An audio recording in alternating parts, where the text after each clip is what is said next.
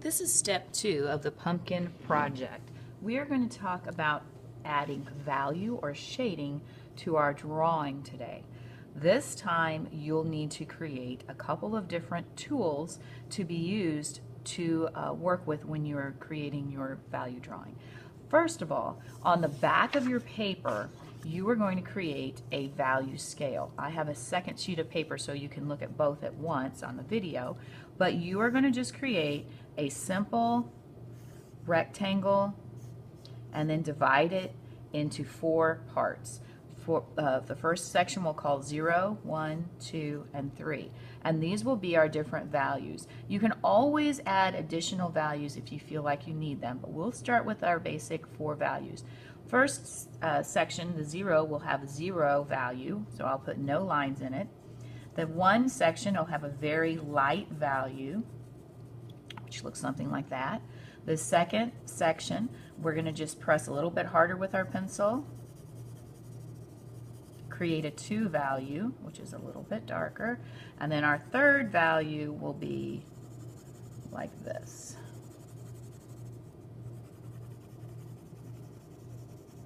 Each time that you move to the next level or section, you need to be able to tell the difference between the different boxes so that you have a progression from light to dark that you can see each time you move your value scale. All right, so we're going to use those numbers as to refer to when we start doing our drawing. Then the other tool that you need to create is a blending tool. Just take a simple paper towel, fold it in half again. I like to have a point on the end of mine, like a corner, so I'm going to just take it and kind of fold it into a diagonal, crisscross, almost like an airplane fold.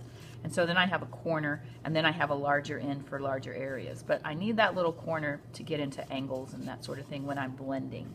Okay, so what I'm going to do first off is I'm going to figure out which direction my light is coming from. And in this finished example, well, it's almost finished, you can see that I even have included an arrow to show that the light is coming from this direction. We've done projects in the past where we talk about which direction the light's coming from, how the closest part of the object to the light will be the lightest, and so forth. So on our pumpkin, on this one, I'm just going to say the light's coming from this section or this direction here. So that would mean that this would have my lightest value. Now I have some examples of the wrong way to do value that I've created, just so you can see some different mistakes that you might be making while you're doing this. Number one, this one obviously is just messy, sloppy. The shading isn't done carefully. So this one, our biggest problem is our craftsmanship. No neatness to this at all. It looks like it's been rushed. In this one, I can kind of see where students blended, but the way that they blended their lines, our pumpkin still looks really, really flat. Our lines are not blended correctly, and our light is not coming from the right direction, and we just have some other issues like those. In this one, this is the most common mistake that I see when I have students do this project. They make all of their value exactly the same. So if you're referring to a value scale, I would say that this entire picture is done with a 1 value. That's not what we want. We want all 4 of these different boxes represented within our drawing. So this makes it look like the project's just in a fog.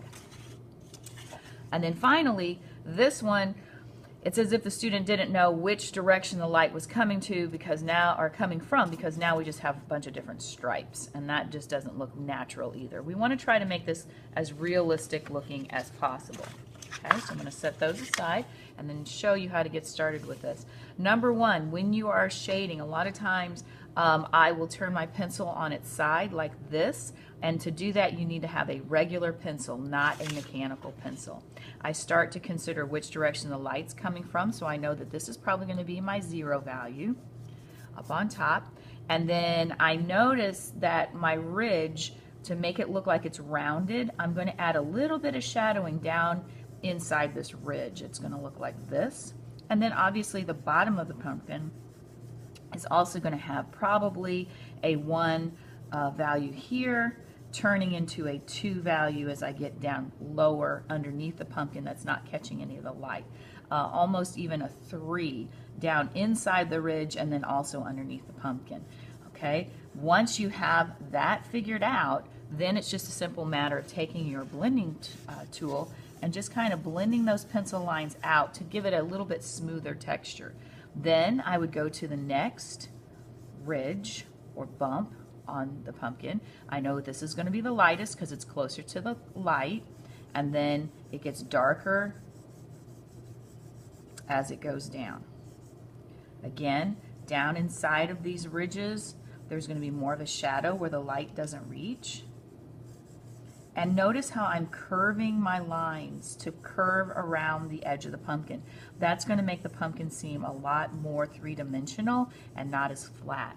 Take that blending tool, blend this out. Okay, then I would add a darker value for my stem because it's a darker color, and over here it's going to even have a darker shadow because it's further away from the light, whereas up on top it might be a little bit lighter than the rest of the stem. Okay, if you get, as you're blending, if you get your blending out in here or outside the edge of the pumpkin, just use your eraser, one of these or a pencil top eraser to kind of clean that up. You don't want pencil smudges under that. And this is how you're going to continue creating. You're going to have to look at your leaves to see what color they are. If they're a dark red, you're probably looking at a 2 and a 3 value. If they're the lighter yellow, maybe a 0, 1, maybe a 2 in shadows for that value. But this gives you an idea of what this looks like as you continue working. Don't forget to add that dark shadow underneath the pumpkin because that shows that the pumpkin is actually sitting on something, in this case the table. I would go ahead and then continue and finish shading these two leaves, but you get the idea of how this leaf is a darker value than, say, this part of the pumpkin. So this must have been a red leaf. So continue and finish shading in the different values. Make sure you use all of these different values. That is called value variety, and it makes your picture look more realistic, and it also makes it look more interesting. So make sure you use value variety, good craftsmanship, blending, and make sure you also blend in the direction of the pumpkin so that it looks more three-dimensional. Step 3 will cover how to transfer the paint idea from the drawing idea.